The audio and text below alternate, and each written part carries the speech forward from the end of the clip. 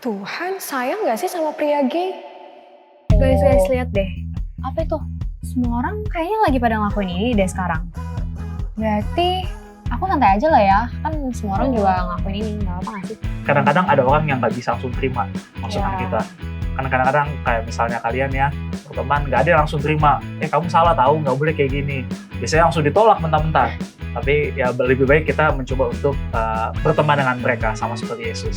Nah ternyata baik lagi kepada kita bahwa semua manusia diberikan hak untuk dapat memilih. Yesus kan bukan yang memaksa, ya. Tapi Yesus tetap memberikan bahwa ini loh jalan yang benar itu, ini loh saya sudah kasih yang terbaik.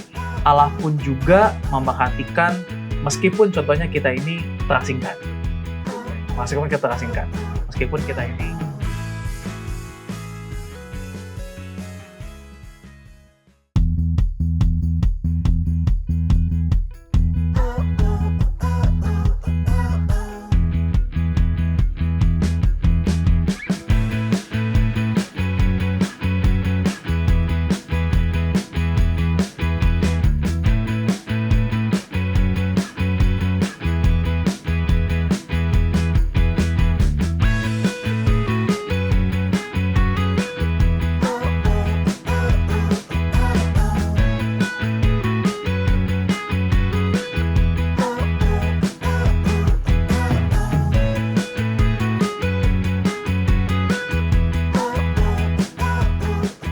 Kakak Gerena tahu gak? Enggak. Jangan gitu dong, bete aku. Guys, lihat deh. Apa itu? Semua orang kayaknya lagi pada ngelakuin ini deh sekarang. Berarti aku santai aja lah ya. Kan semua orang juga ngelakuin ini, nggak apa nggak sih? Iya juga sih. FYP ku juga kayak gitu soalnya. Kayaknya malah lagi booming deh. Iya, lagi viral. Tapi bentar, kalau semua orang lakuin, itu otomatis jadi bener gitu? Iya nggak sih? Kan udah dinormalize aja sama semua orang. Ya masalahnya kan juga bukan banyak orang yang lakuin atau enggak. Tapi kan lebih tepatnya, apakah Tuhan memperbolehkan kayak gini? Tapi bener juga sih. Kita nggak boleh menormalisasikan hal itu. Karena nggak mungkin kita hidup serupa dengan dunia. Tapi kan kita juga harus bisa hidup serupa dengan firman Allah kan. Nah makanya kan, untung pelajaran kita kayaknya lagi relate dengan our conversation deh. Apa tuh? Kenapa tuh? Tentang mata Allah kepada pria gay. Agak menarik ya. Menarik. Berarti pelajaran kita di sahabat ketiga ini judulnya Mata Allah kepada pria gay dengan ayat inti Galatia 5 ayat 1. Wow. Mending daripada kita lama-lama kita langsung masuk ke dalam cerita kali ya. Tapi bentar. Apa itu? Kita harus ingetin teman-teman dulu nih. Nah, buat teman-teman yang belum punya buku Cornerstone kayak kita nih, kalian bisa langsung komen di bawah ini atau hubungin kontak Hope Channel supaya kalian bisa punya buku yang sama kayak kita juga dan kita bisa belajar bareng-bareng di rumah masing-masing. Dan untuk teman-teman yang belum punya buku tapi pengen ikut juga kita baca bersama-sama di Alkitab kita di Roma 1 ayat 24 sampai 32. Aku baca duluan ya. Oke.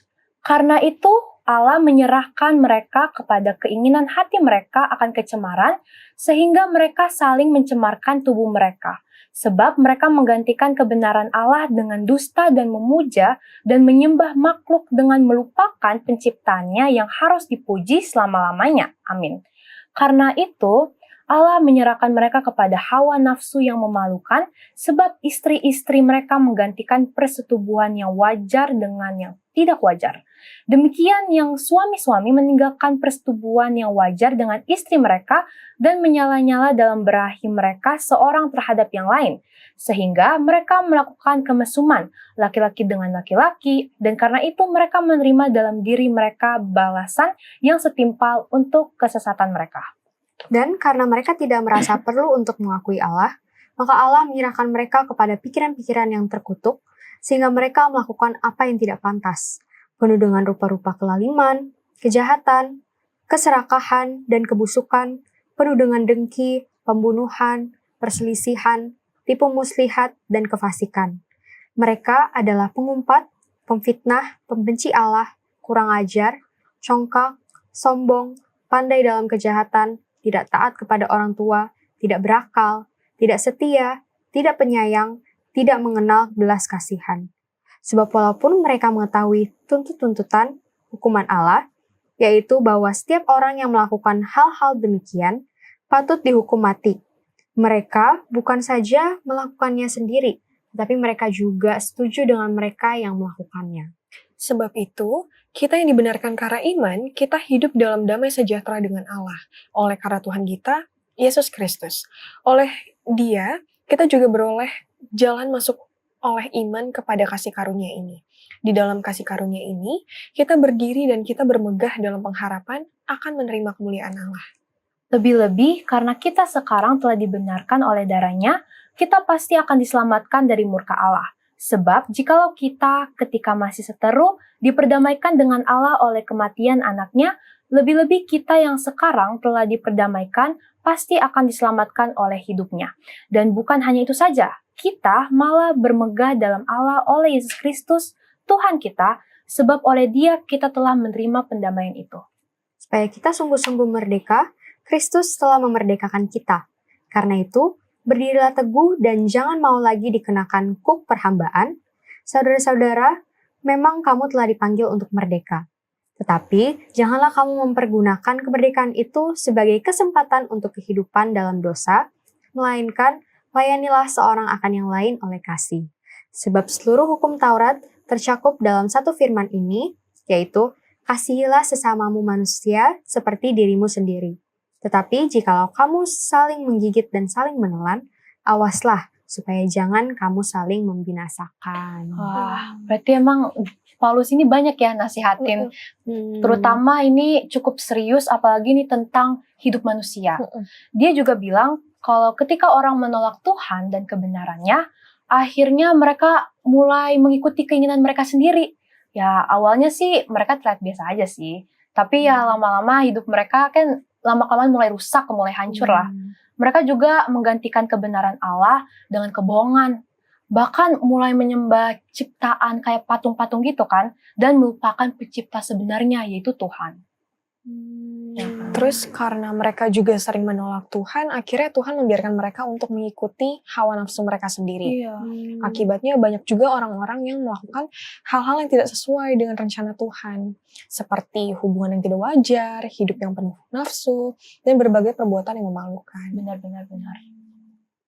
Gak berhenti di situ juga. Ketika manusia terus menjauh dari Tuhan, cara berpikir mereka juga mulai ikut rusak. Mereka mulai dipenuhi dengan kejahatan, keserakahan, iri hati. Terus mereka juga dipenuhi oleh pertengkaran, tipu muslihat, kesombongan, bahkan ketidaktaatan kepada orang tua.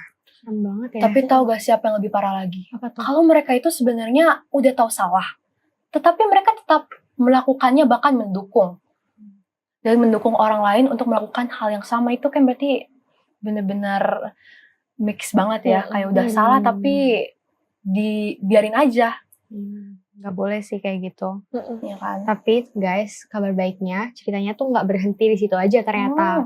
Alkitab juga mengatakan kalau Tuhan tidak meninggalkan manusia begitu aja. Melalui Yesus Kristus, manusia bisa diperdamaikan kembali dengan Allah. Nah, karena pengorbanan Yesus, kita bisa loh dibenarkan oleh iman, hidup dalam damai dengan Tuhan, dan juga memiliki pengharapan akan kemuliaan Tuhan. Amin. Dan pada saat ini, kita juga akan menyaksikan Profesor Corner dalam segmen Apakah Kamu Tahu?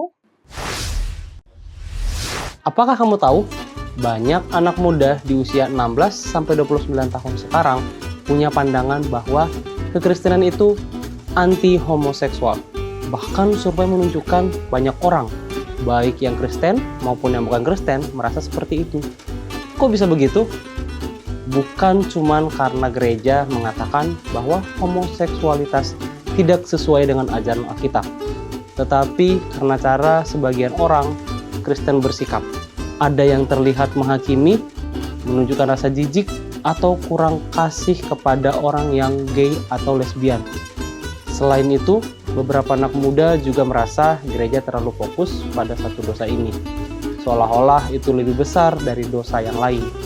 Padahal Alkitab mengatakan bahwa semua manusia adalah berdosa dan sama-sama butuh kasih dan pengampunan Tuhan. Jadi, adik-adik, sebagai anak muda Kristen, kita diajak untuk hidup sesuai kebenaran firman Tuhan, tetapi juga penuh kasih kepada semua orang. Kalau adik-adik mau tahu lebih lanjut, saksikan terus Profesor Corner di Cornerstone ya.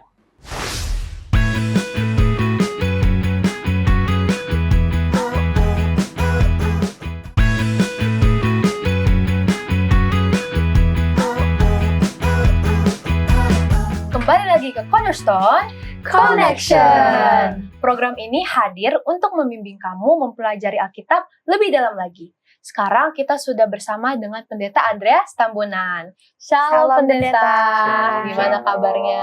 Puji Tuhan baik. Baik Gimana sekali. hari-hari kalian? Kami juga Puji baik Tuhan, juga. baik. Nah, Pendeta, di pelajaran kita berjudul Mata Allah kepada pria gay. Dengan ayat inti yang terdapat di Galatia 5 ayat 1, supaya kita sungguh-sungguh merdeka, Kristus telah memerdekakan kita. Karena itu berdirilah teguh dan jangan mau lagi dikenakan kuk perhambaan. Nah, Pendeta, di ayat ini kan dibilang kalau Yesus sudah memerdekakan kita. Tapi kenapa masih banyak orang Kristen yang tetap masih jatuh ke dalam dosa yang sama? Terus maksud dari ayat ini dengan pelajaran kita hari ini apa, Pendeta? Oh iya. Iya, sudah dong, Pendeta.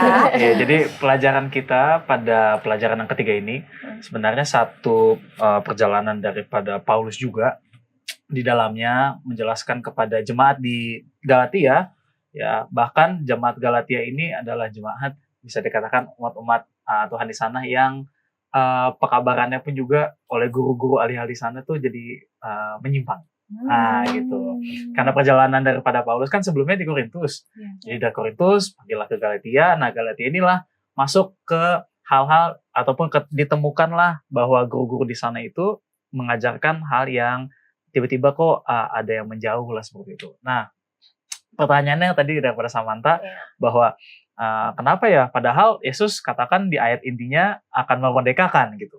Tapi kenapa banyak orang Kristen Yang masih jatuh. iya yang masih jatuh gitu daripada dosa. Nah, perlu kita pahami bahwa di dalam ayat inti kita menyatakan bahwa Yesus pun memerdekakan kita daripada dosa itu sendiri.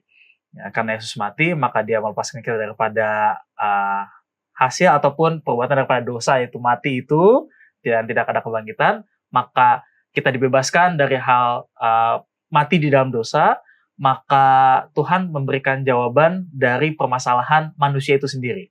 Namun pertanyaannya, gimana caranya? Kok udah dikasih jawaban daripada masalah kita, kok masih jatuh-jatuh juga? Nah, gitu. Nah, ternyata baik lagi kepada kita bahwa semua manusia diberikan hak untuk dapat memilih. Yesus kan bukan yang memaksa, ya, tapi Yesus tetap memberikan bahwa ini loh jalan yang benar itu, ini loh saya sudah kasih yang terbaik, maka Tuhan berikan lagi kepada kita masing-masing apa yang menjadi jalannya kita. Kalau kita adalah umat-umat Tuhan, bagi teman-teman Church yang dimanapun kita berada pada saat ini, kalau kita ada anak-anak Tuhan, maka kita pun juga akan memilih kepada siapa yang telah memberikan kita kemerdekaan itu gitu loh. Ya, karena kalau kita di Indonesia kan kita di merdeka karena dikasih Perjuangkan. diperjuangkan ya. Itu diperjuangkan, tapi ini kita benar-benar dikasih. Kalau dikasih kan berarti based on-nya adalah kasih karunia itu sendiri. Amen. Nah, Pendeta, kalau inti hukum Taurat Tuhan itu kan adalah mengasihi sesama. Bagaimana sih caranya kita bisa menunjukkan kasih kita kepada orang yang hidupnya tuh mungkin berbeda atau bahkan bertentangan dengan ajaran Alkitab? Iya, pelajaran kita kan ada hubungannya dengan para apa namanya pria-pria yang gay gitu ya dan lain-lainnya gitu. Tapi kalau bisa ditanya, gimana caranya kita mau bisa memberikan kasih itu kepada ya orang yang menyimpang seperti itu. Nah, pada dasarnya adalah mereka ini adalah orang-orang yang dalam kehidupannya mendapatkan pelajaran ataupun mendapatkan insight yang salah, gitu ya.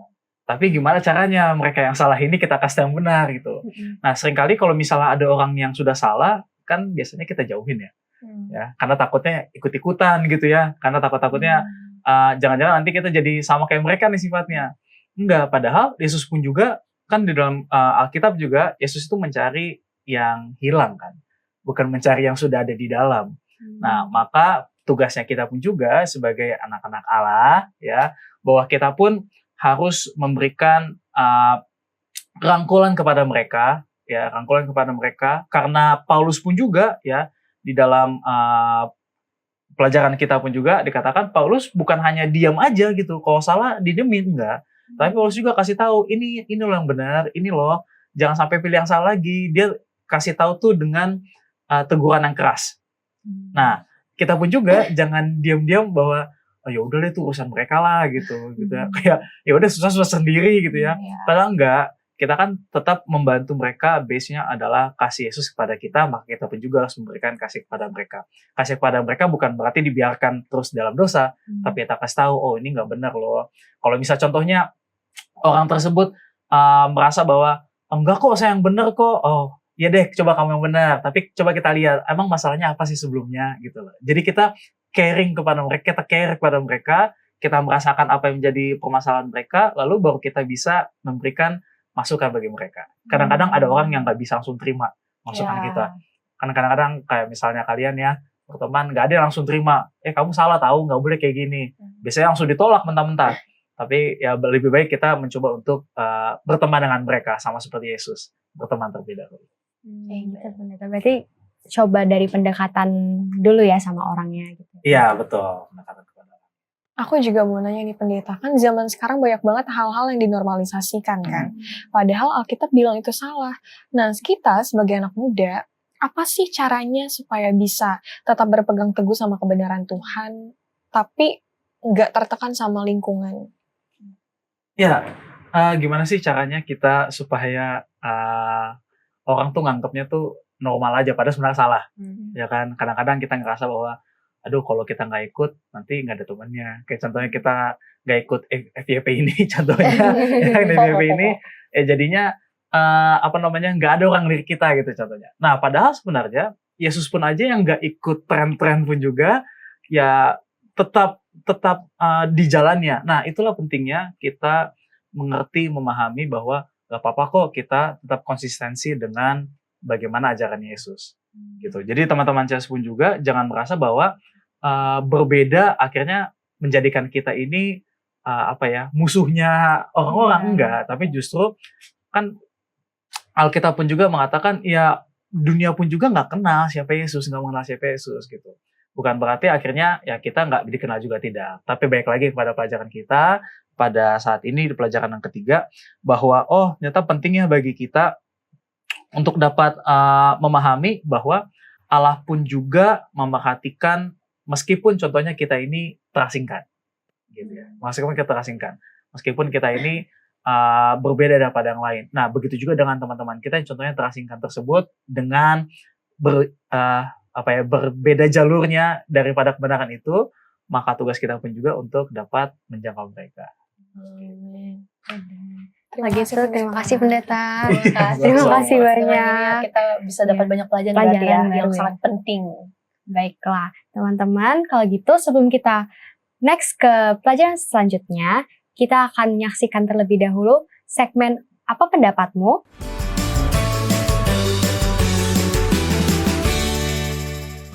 Halo semuanya, perkenalkan nama saya Hana Sitorus dari kelas 11, sekolah di Perguruan Advent 1 Jakarta.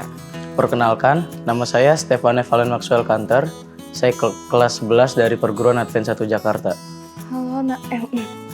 Halo, nama saya Jennifer Tentua, kelas 11, sekolah di Perguruan Advent 1 Jakarta. Halo, perkenalkan nama saya Benny Timothy Leonard Ganap, saya kelas 11, saya berasal dari sekolah SMA Advent 1 Jakarta. Halo, nama saya Risha Kanaya Margaret Siregar dari kelas 11-3, saya dari Perguruan Advent 1 Jakarta.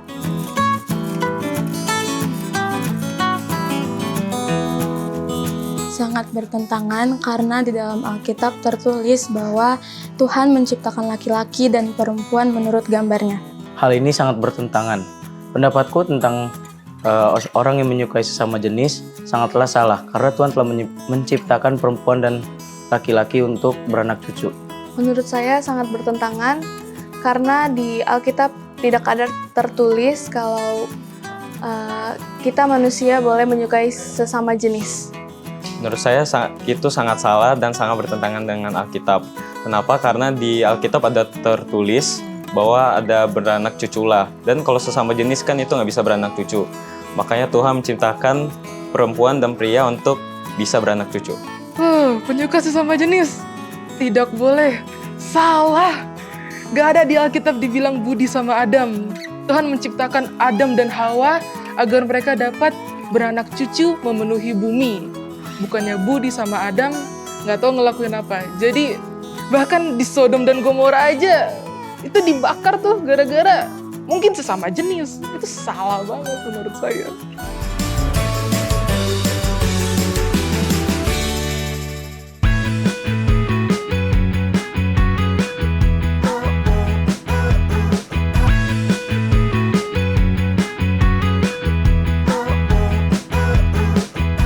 Kembali lagi di Cornerstone Connection. Nah, itu dia pendapat teman-teman kita tadi tentang penyuka sesama jenis. Sekarang aku juga mau tanya menurut pendapat kalian. Kira-kira ini bertentangan dengan Alkitab nggak? Pastinya bertentangan sih. Ya, maksudnya di Alkitab juga ada jelas-jelas dibilang kalau seandainya ya hal yang penyuka sesama jenis ini tuh pasti bertentangan. Dan Tuhan memang merancangkan perempuan dengan laki-laki. Laki-laki, ya kan. Di kejadian perjanjian lama juga udah dibilang kalau seandainya Tuhan menciptakan laki-laki dan juga perempuan. Dan cuma dua itu aja. Jadi kayak ini benar-benar melenceng banget. Gitu. Kalau menurut pendeta Ya gimana? ini karena kami orang muda maksudnya kayak masih kami tahu ini salah, cuman ya Gimana ya cara masih Kan pendeta masih muda mendeskripsikan juga. ini. Enggak apa. Oke, untuk jawab tadi ya. Apa tadi ya tuh pertanyaannya? Oh, apa namanya? Bagaimana gitu ya? Menurut pendeta gimana? Kan kalau ini ada lucunya, ada selucunya ya. Kan God created Adam and Eve, not Yes. Adam and Steve. Ya kan? Benar kan? Jadi itu sebenarnya udah dari lama jokes itu sebenarnya. Nah itulah sebenarnya menekankan bahwa ya udah pada mulanya itu kan Allah tuh ciptakannya Adam dan juga Hawa gitu. Ya. Kalau memang Adam dan juga Hawa itu diciptakan untuk menjadi satu pasangan, maka yang berbeda jenis pun juga, yang suka sama jenis pun juga itu sudah menyimpang daripada ajaran firman Tuhan. Nah, kalau kayak gitu yang sebenarnya harus kita pahami bahwa kalau udah menyimpang gak usah dipaksain gitu loh. Bukan Ya. karena kita nyaman sesama jenis gitu akhirnya jadi apa? Oh saya nyaman nih, saya suka nih, jadinya enjoy gitu. Nggak gitu juga. Jangan di-enjoyin, justru hal itu yang jadi menurunkan moral kita, menurunkan pikiran kita tertuju kepada Tuhan, itu menurunkan sangat jauh. Mungkin boleh pendeta kayak sekaligus juga kayak kesimpulannya gitu.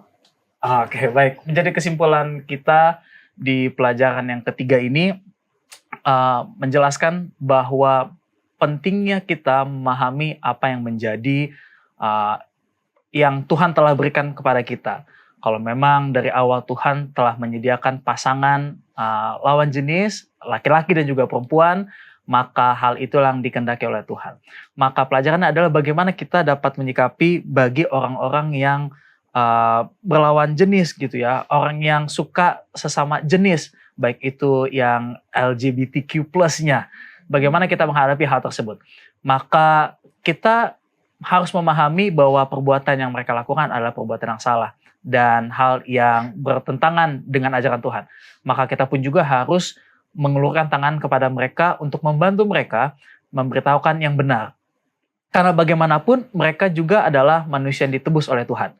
Dan menjadi bagian daripada kita bahwa satu ayat yang pendeta yakini dalam 1 Korintus 15 ayat 58 bahwa kita diberikan satu tanggung jawab dengan satu tujuan yang benar, satu tujuan yang mulia, maka jangan goyah ya, bahkan berdiri teguh dan giat selalu dalam pekerjaan Tuhan. Pekerjaan Tuhan salah satunya adalah menjangkau setiap orang-orang yang menjauh daripada jalan Tuhan tersebut.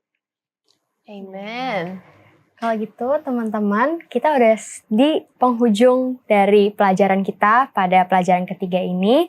Dan sebelumnya kita akan menutup dalam doa. Saya meminta kesediaan dari pendeta untuk menutup kita dalam doa. Baik, mari kita bersatu dalam doa. Ya Tuhan Allah, Bapa kami yang bertata dalam kerajaan sorga, kami berterima kasih untuk segala penyertaan Tuhan, bahkan di dalam segala diskusi, hal-hal yang telah kami bicarakan di dalam pelajaran yang ketiga, bagaimana Engkau bekerja di dalam setiap manusia, setiap umat-umat Tuhan dalam misi penyelamatan dan menunggu kedatangan Tuhan yang tidak lama lagi. Ya Tuhan, ajarilah kami anak-anak Tuhan untuk dapat mengerti apa yang Tuhan berikan bagi kami, bahkan menghargai apa yang Tuhan telah berikan bagi kami. Ya Tuhan, kami mendoakan bagi seluruh anak-anak Cornerstone dimanapun kami berada, baik yang juga dalam keadaan sakit, Tuhan berikan kesembuhan, bahkan bagi kami semua, Tuhan jagai dengan penjagaan surgawi. Ya Tuhan, kami alaskan seluruh doa kami ini, di dalam nama Tuhan Yesus kami berdoa. Amin. Amin. Terima kasih pendeta. Terima Terima kasih kasih, pendeta atas pendeta. pelajarannya. Sampai ketemu teman-teman yang selalu setia mencari dan belajar firman Tuhan melalui Cornerstone Connection.